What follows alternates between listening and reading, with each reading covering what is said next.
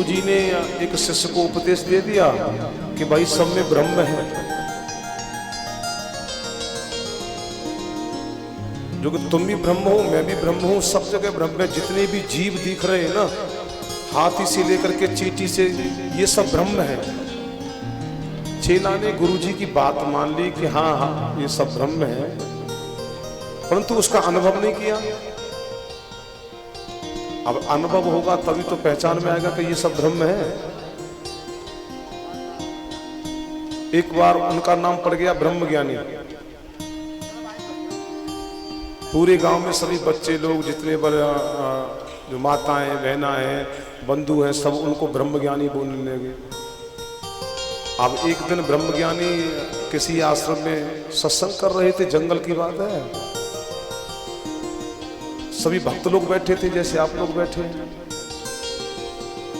कहीं से पागल हाथी आ गया और सबको, वृक्षों को उखाड़ते हुए, बिल्डिंगों को फोड़ते हुए चला आ रहा था। जहां भक्त बैठे सब सत्संग कर रहे थे, सभी भक्त खड़े हो गए। पागल हाथी आ गया, किसी को मार देगा। सभी भक्त बोले ब्रह्मज्ञानी जी से, अरे ब्रह्मज्ञानी जी चलो, हाथी आ गया। बोले चुप रहो, इतने दिन तुमको सत्संग करते करते हो गए, तुमको ये भी नहीं पता कि सब में ब्रह्म है।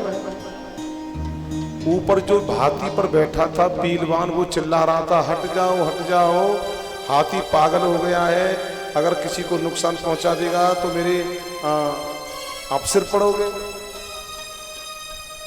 परंतु ब्रह्मज्ञानी जी भी नहीं माने, सब तो एक एक से निकल लिए सब भक्त लोग।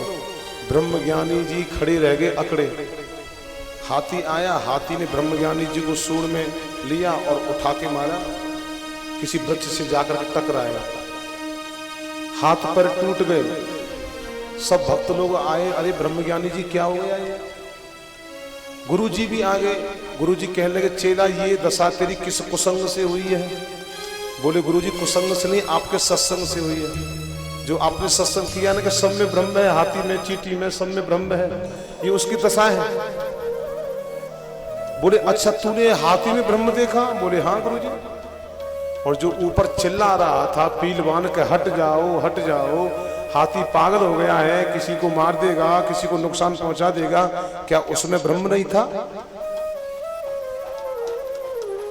गुरुजी ने कहा, जब ब्रह्म ने ब्रह्म की बात नहीं मानी तो ब्रह्म ने ब्रह्म को उठा के फेंक दिया। इसमें क्या?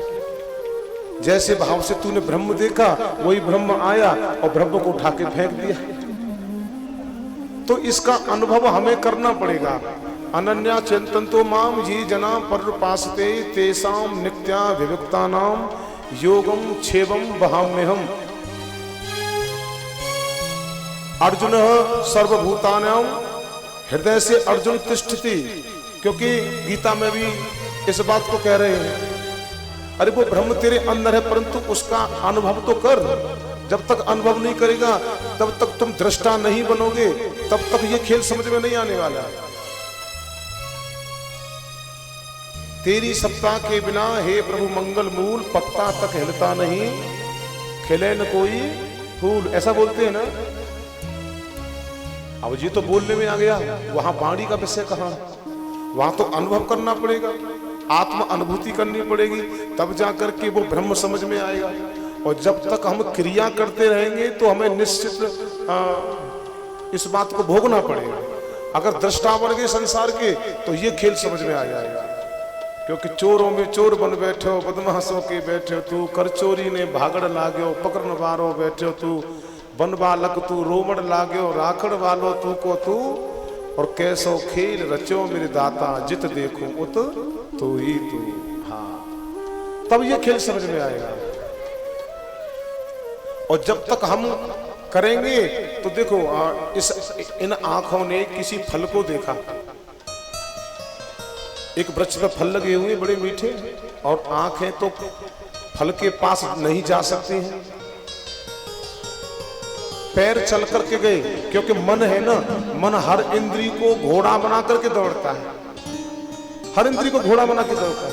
और जिस पे सवार हो गया ना, तो पैर चल करके गए, पैर उस फल को तोड़ नहीं सकते हैं, हाथों ने तोड़ा, अब हाथ खा नहीं सकते हैं, मुंह ने खाया और पेट ने रखा, अब माली को मालूम पड़ा, माली आया और लेकर के डंडा लेकर के और डंडा दिए कमर को।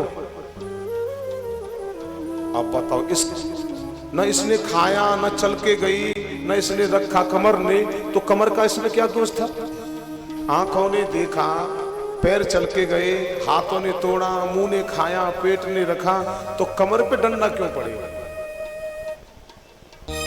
अच्छा एक बात बताओ, कमर पर डंडा पड़े तो कष्ट तो होता है ना। अब कष्ट होगा तो फिर आंसू कहां से निकले? आंख से निकले।